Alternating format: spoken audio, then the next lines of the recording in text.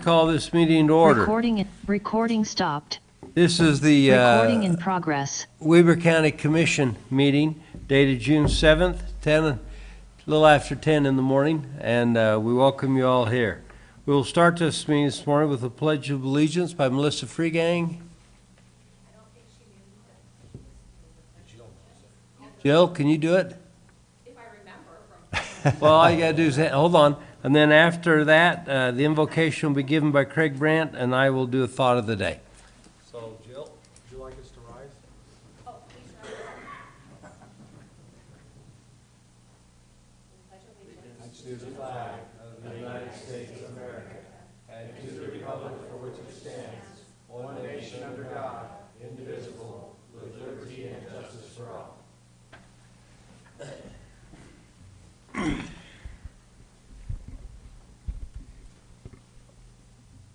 Our Father in heaven, we thank Thee for this beautiful day. We're grateful for the sunshine. We're especially grateful for the rain we have received recently and pray that it can continue to come.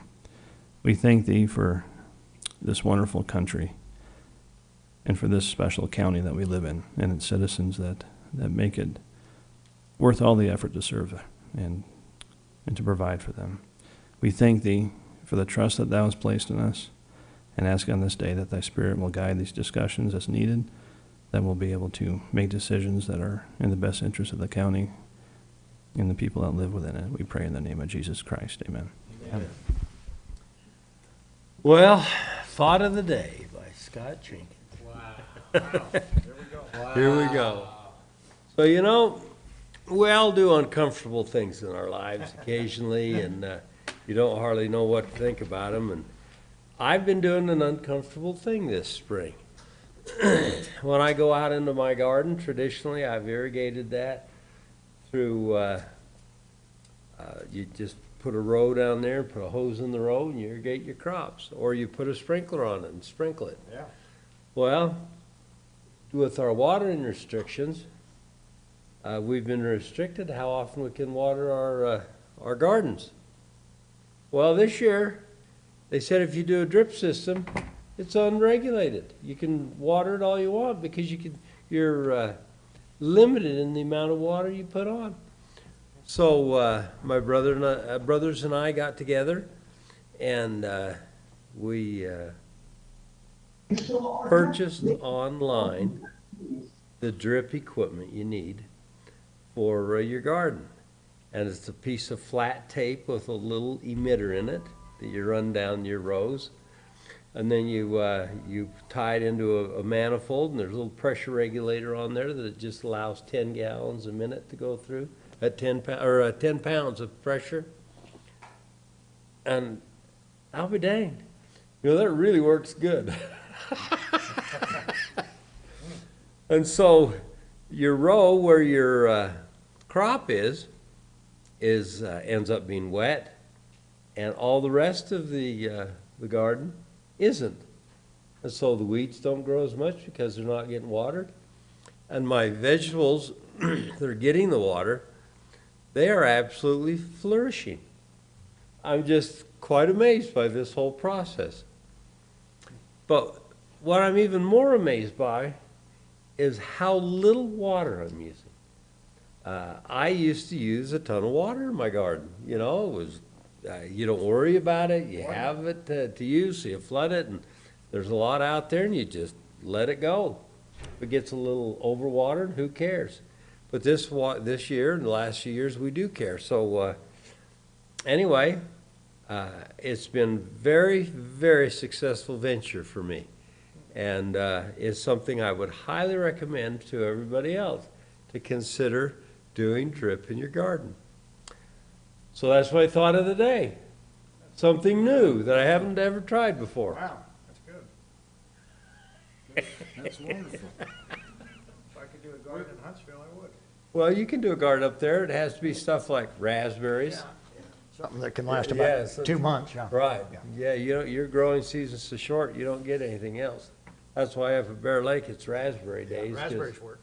that's about all they can grow up there. All right. Thank you. Good thought. All right. We would like to go to the next item on the agenda, which is public comments.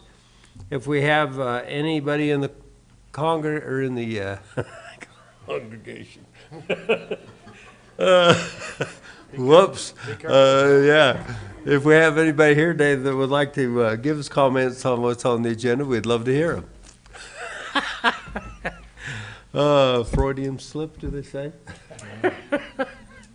Anyway, appears none today, so we'll go on to the next item, which are the consent items. The consent items today are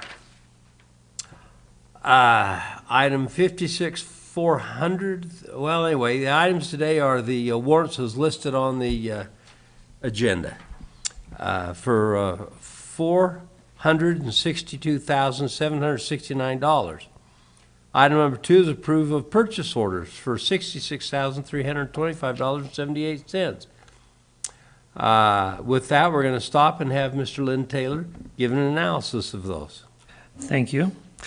Summary on the largest of these, we had 8 purchase orders totaling $66,000. 46% or $30,000 went to IT for cloud service renewal, 25% or $16,000 to the transfer station for fuel and temporary staffing, and 15% or $10,000 went to janitorial services for the Weber Center.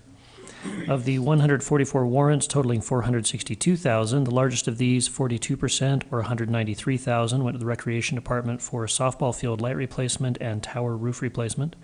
15% or $69,000 to the library for software maintenance, an embroidery machine, books and materials, and utilities and building maintenance. And 9% or $44,000 to the jail, provided a forklift for the warehouse and medical services. It's rare, Lynn, that we have a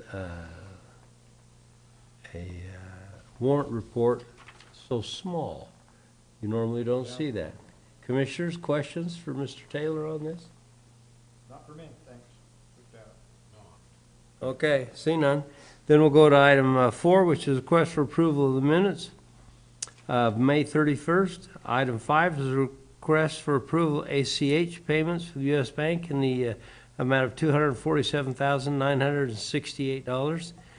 Item 6 is a request for approval of business license. Item 7 is a request for approval of a new beer license. Item 8 is a request for approval of a donation of Prop 1 fees in the amount of $71,945 to the Trails Foundation of Northern Utah for construction of a new section of the Weber River Parkway. Item 9 is a request for approval of a contract binding between Weber County and Utah State University Extension for the 4-H to provide a practice facility for the 4-H members. Questions, commissioners, for any of our consent items? Not? I'm ready for a motion. Mr. Chair, I would move that we approve consent items as listed on the agenda. F, as in Foxtrot, 1 through 9. I have a. Make That's fun right. of me. Yeah, yeah. I had to look twice to make sure Harvey wasn't on my No, left. I want to make sure he understood the motion. Do I happen to have a second to that? Alpha, absolutely.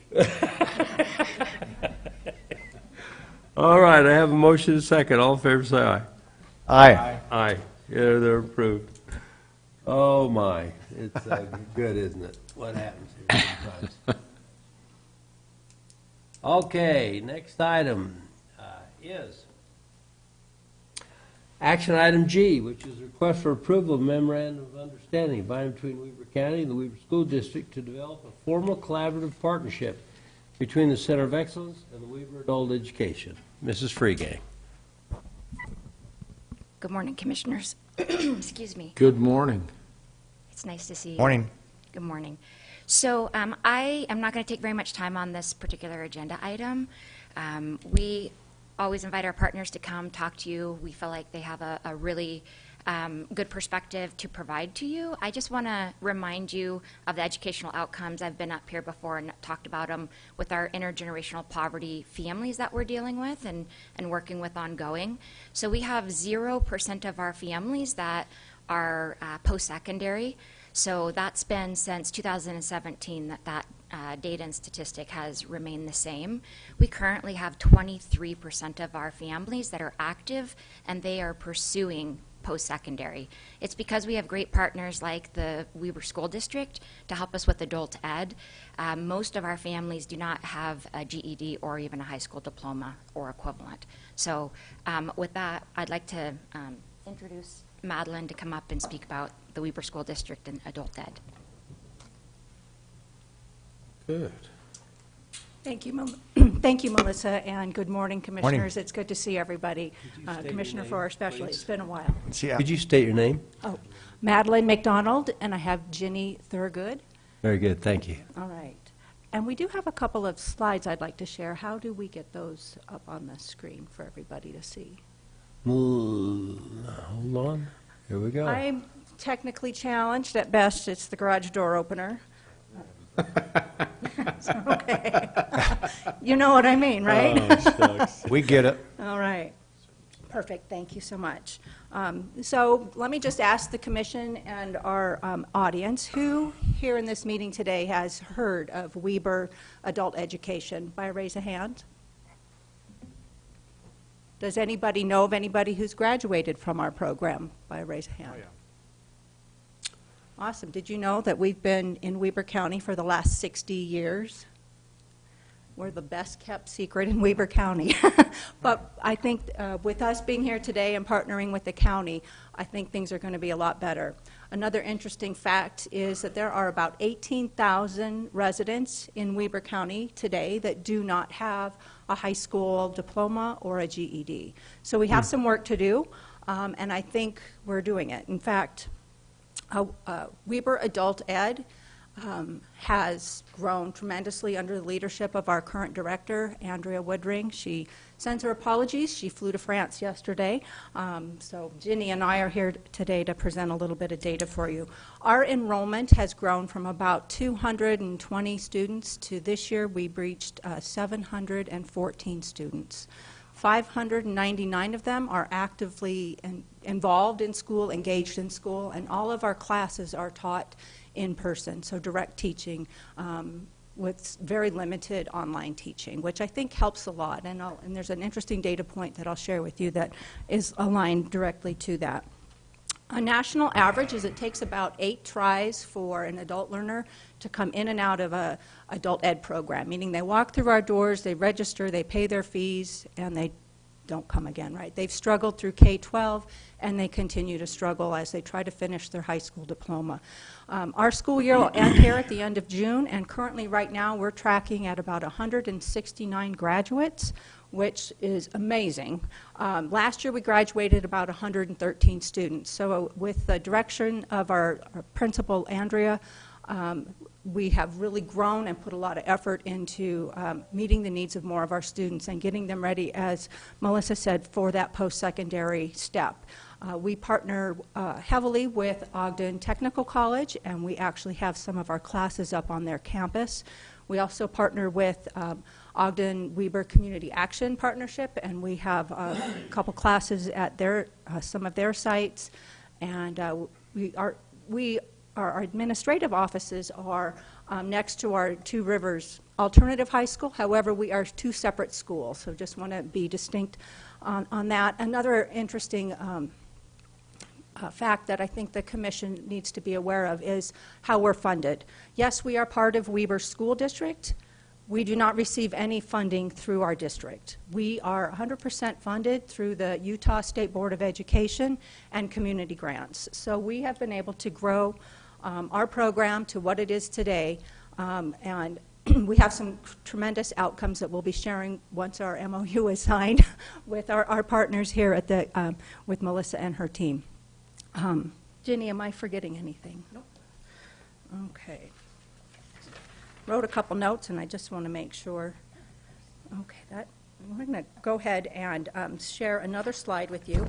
So this is some of our data. So when students come to us, we assess them, we give them some tests, we find out where they are, what they know, so we know how to place them in classes. We do not just rubber stamp students so they just come in and get their diploma or a GED and then they're gone. We actually are teaching our students something. And the slide that you have up on the screen is actually old data. This morning, Andrea sent me the June data via Paris, and I will read you those new numbers. Bear with me for a second. So MSG on the top left is measurable skill gains. And so the center number, so Weber Adult Ed, we're tracking at almost 46%, which is quite significantly above the state average. There's about 40 different adult ed programs across the state, and we are in the top 5. And that's with regards to our enrollment and then our results. And so students come to us and they test when they come in and they test when they leave our program.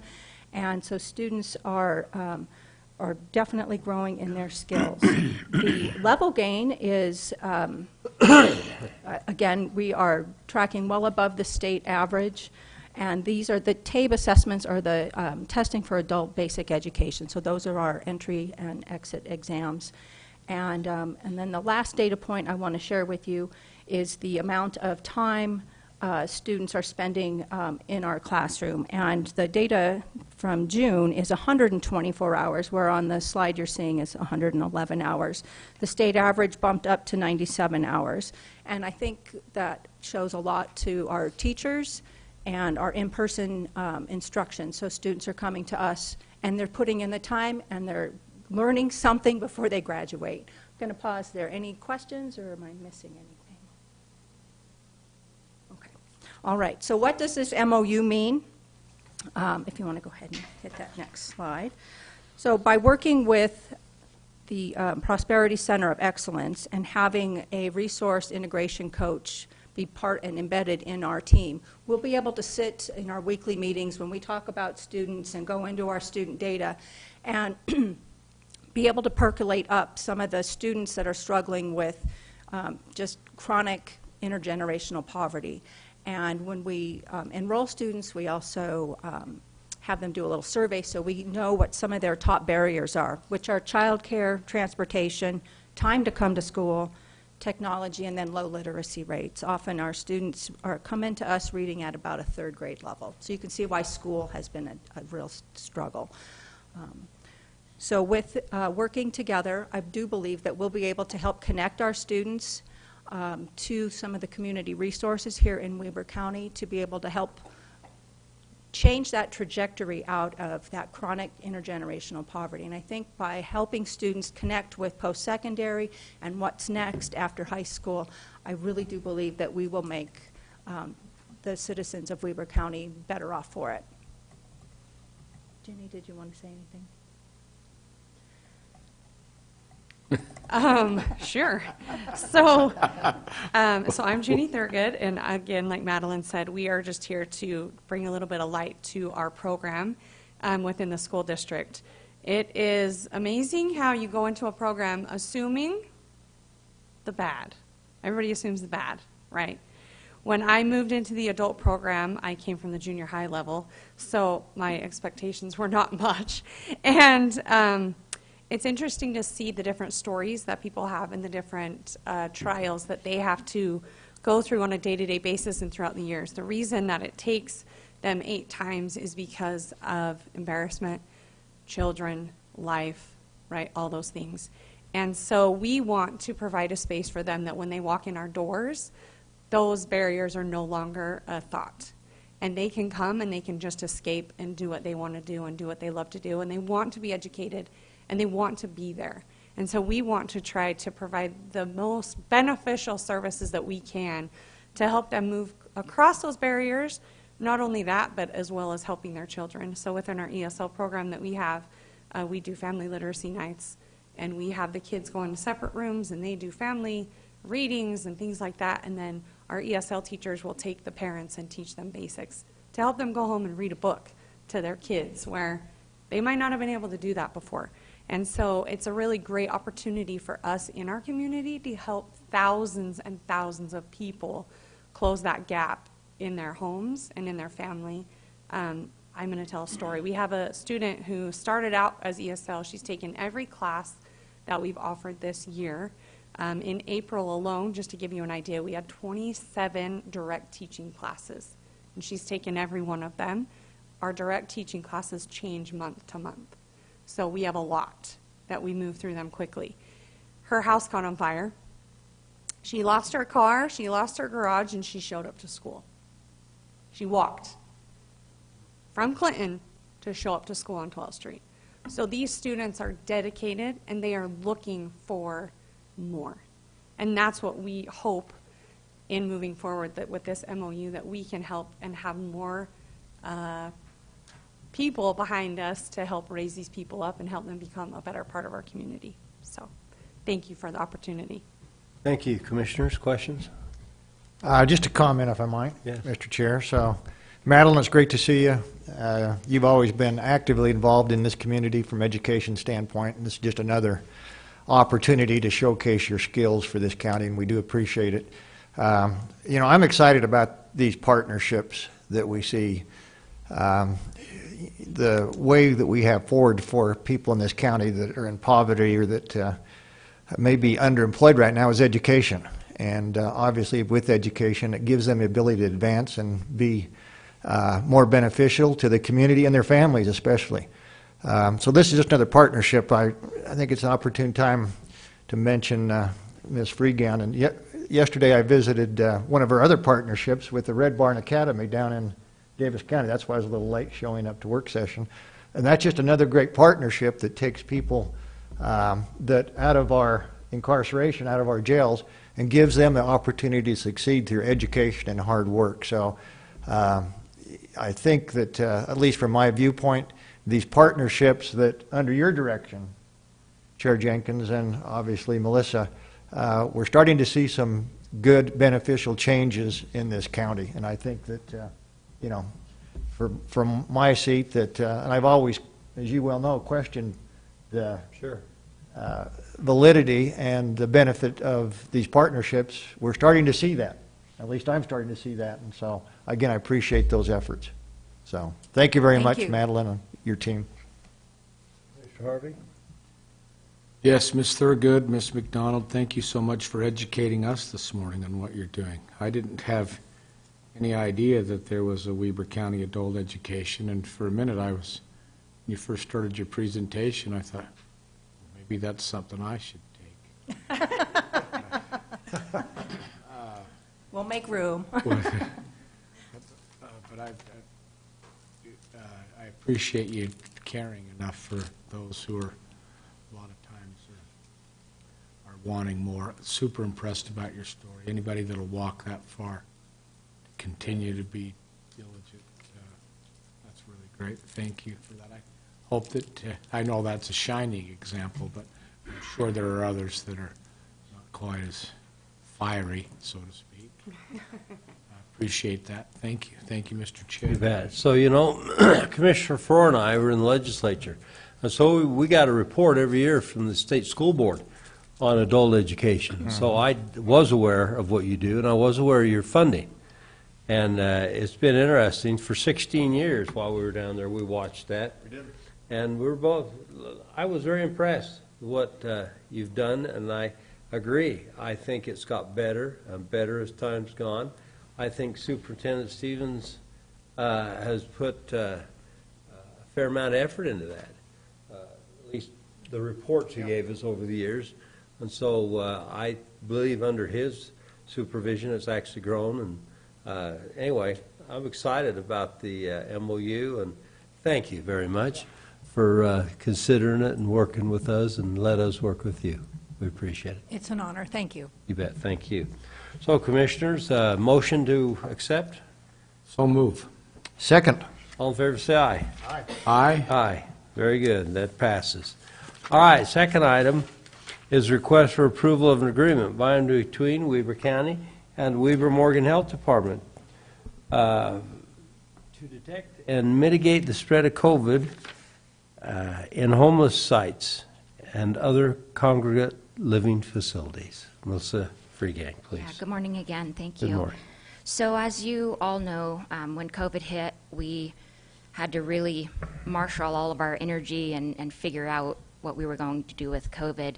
Because we are the Center of Excellence as a part of the Weber Morgan Health Department, and I was on the leadership team at the time, I was able to do all response and recovery for homelessness, for individuals who were experiencing homelessness in COVID.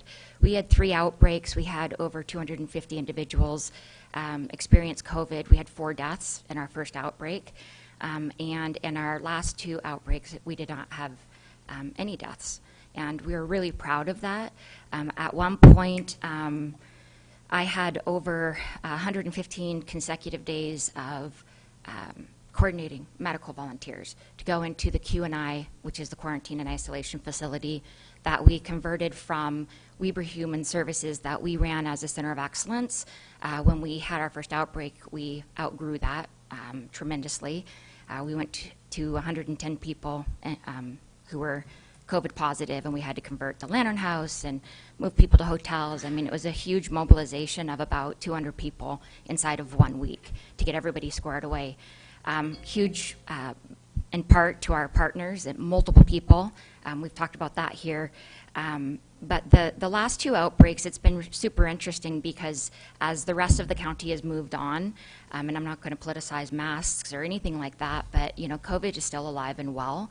And when you have people living in congregate living settings, and they are on the streets and they're unsheltered, there's a lot of, it's really easy to pick up communicable diseases.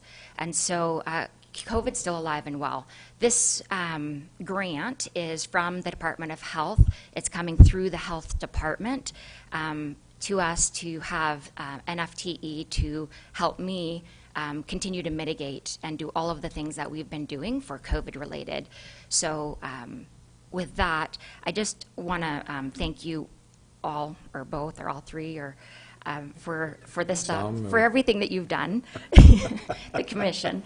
I have the opportunity to chair with Senator Escamilla the Women in the Economy subcommittee now of the Governor's Unified Economic Opportunities Commission. And when I got done explaining what we were going to do with the subcommittee, the governor talked about how the work in Weber County is the best kept secret in the state of Utah.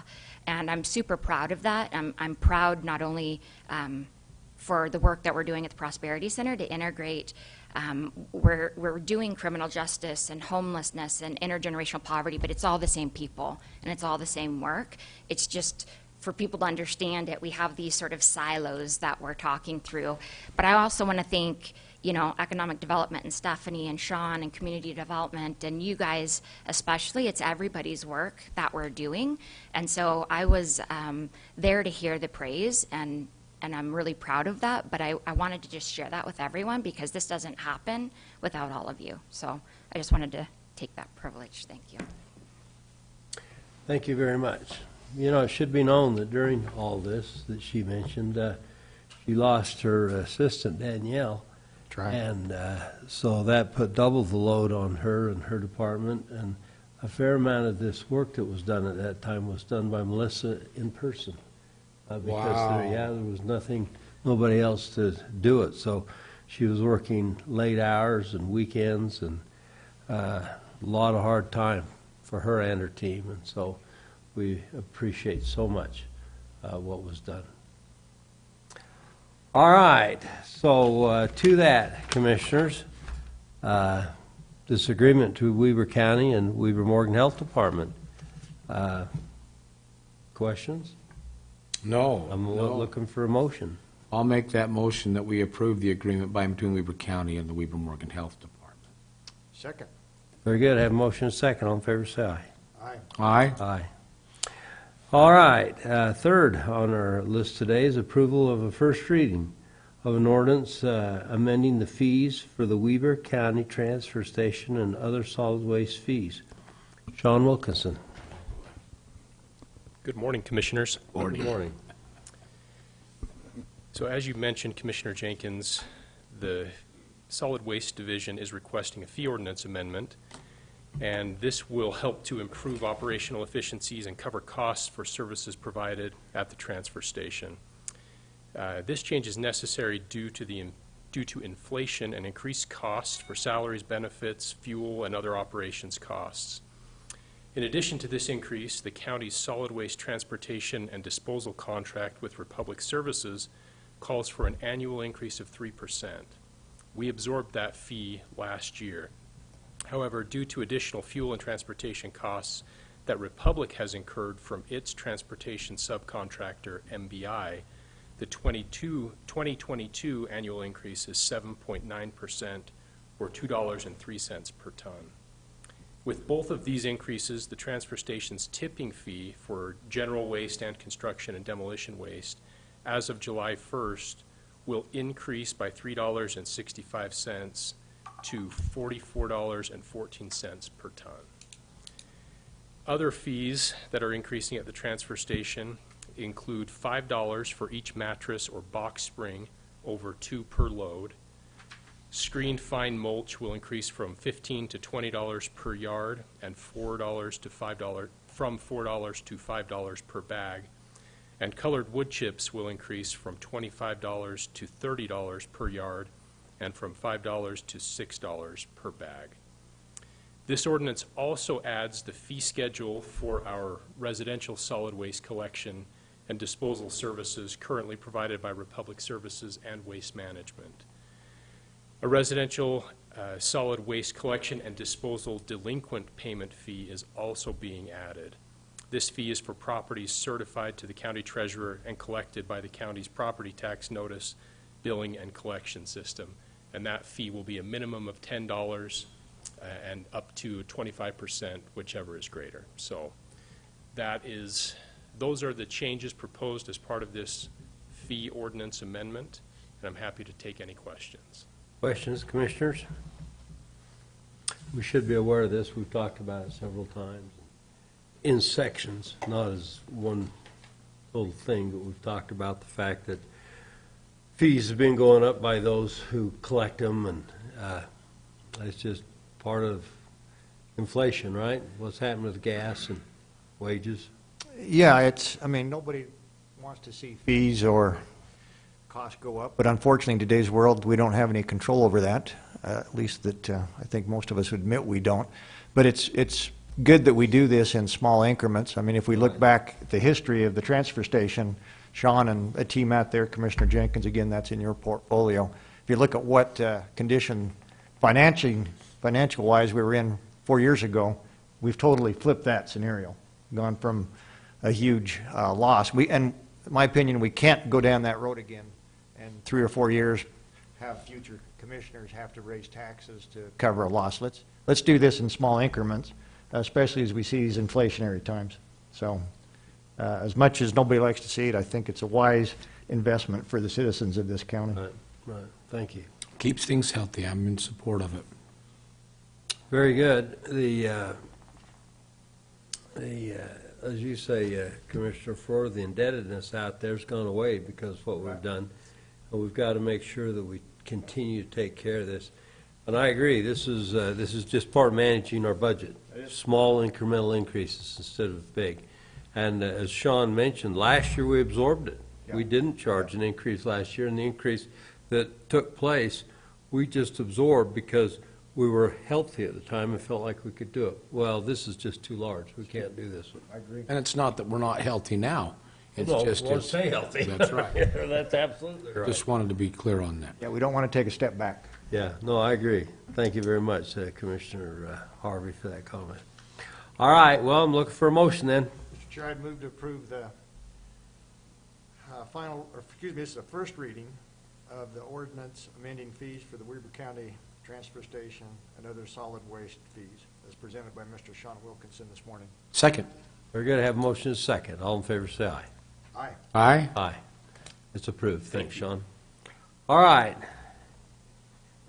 Fourth on our calendar today is a request for approval of contract by and between Weber County and Kilgore Companies, LLC, for the mill and overlay project of Highway 162 from the post office north to River Road. Mr. Gary Myers, Good morning, Commissioners. Good morning. County Engineer. Yeah, thank you. For your consideration, I have for you a contract with Kilgore Companies. We went through the competitive bid process on this and solicited bids. Kilgore was the winning low bid on this contract, and we have their contract for your consideration in front of you. Questions, commissioners? No, I appreciate the, I appreciate the explanation in advance of this meeting so that we have all the details we need to make an educated decision. You got it. Gary, give me the amount of that contract again. I was just looking for that final amount. I thought I had the print off in front of me, and I didn't get it off the printer. Was it on the list? I thought I pulled that up, but I can't. I can't remember the exact number, But Commissioner. our portion's It was about $140,000. Okay, to do because the I just say work. that's not a huge distance. No, we actually got a great price on this work, and for the level of, I've got that up, and the price isn't on it. That's what I was wondering. yeah. So roughly 140,000. Yeah, right around there. I remember our It was work a mill and session deal. overlay on Yeah. it. Okay. All right. So- No other questions, Mr. Chair. Commissioner Harvey, any? No, thank you. Very good, waiting for a motion. I'll make a motion that we approve this contract with the Kilgore companies to do the overlay. Second. Very good, motion is second, all in favor, say aye. Aye. Aye? Aye, they pass. Thanks, Gary, we appreciate it. Final today is ratification of the 2022 Weber County sales tax. Anyway, that we get. And that'd be April Hatfield. April, welcome. Our revenues, I should say. Yeah, it'd be the Very good. tax sale. It's the tax sale. Good morning, Commissioners. All right, so the county completed its 2022 property tax sale on May 26th. As you know, the tax sale is one of the least favorite parts of our job. Weber County never wants to sell anyone's property, but whenever we are required to, it's only to recover the taxes, penalties, and interest owed on the property. Any bid over that amount goes to the original property owner. If we're unable to find them, the overage goes to the State of Utah Department of Unclaimed Properties. The tax sale auction is a result of 5 months of intensive efforts by more than just the clerk auditor's office.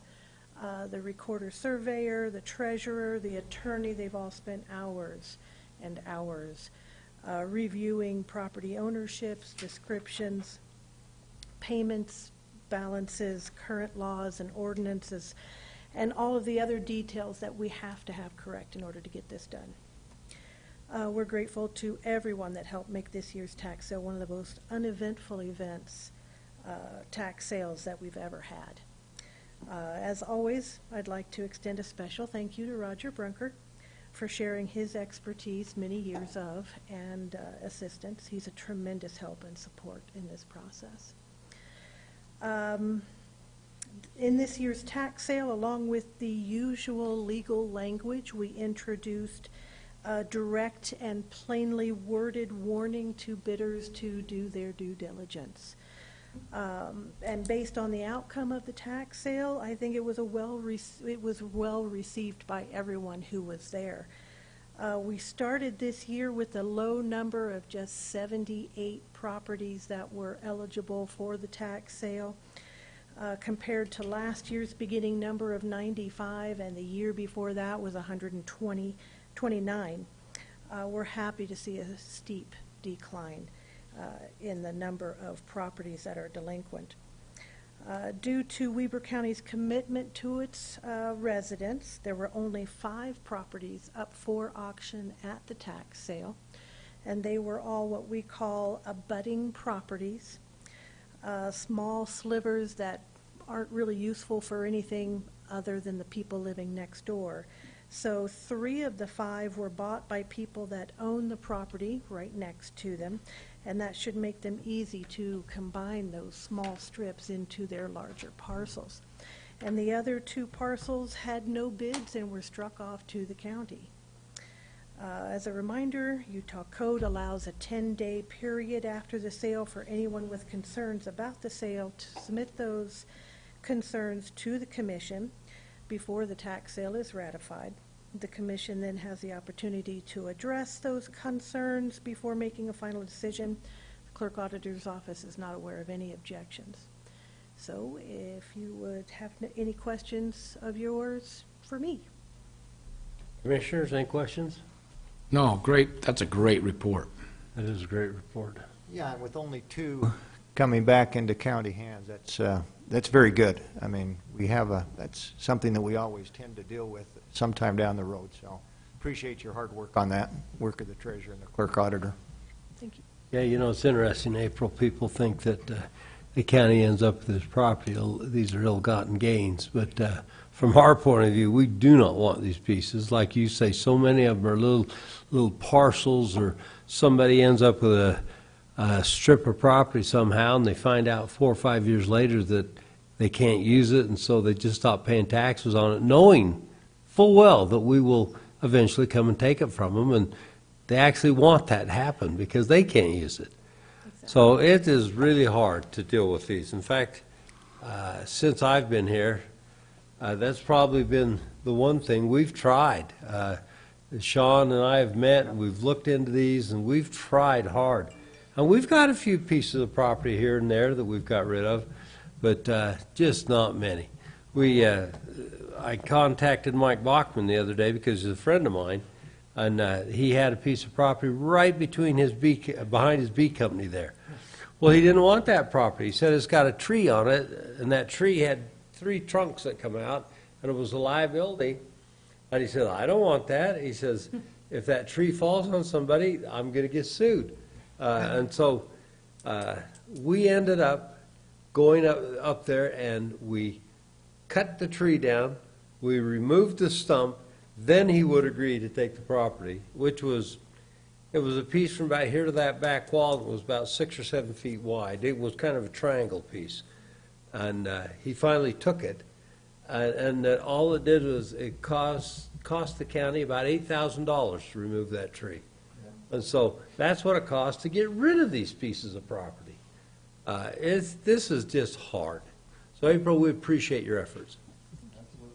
Thank you. All right, is this something we have to ratify? We do have to do that. So commissioners, I need a motion to ratify this. Mr. Chair, I would move that we ratify the 2022 Weber County tax sales presented today by Ms. Hatfield. Very good, I have a motion. Second. And a second, all in favor say aye. Aye. Aye? Aye. Thanks, April, we Thank you, appreciate gentlemen. it. All right, commissioner comments. This would be your time. What do you got to say?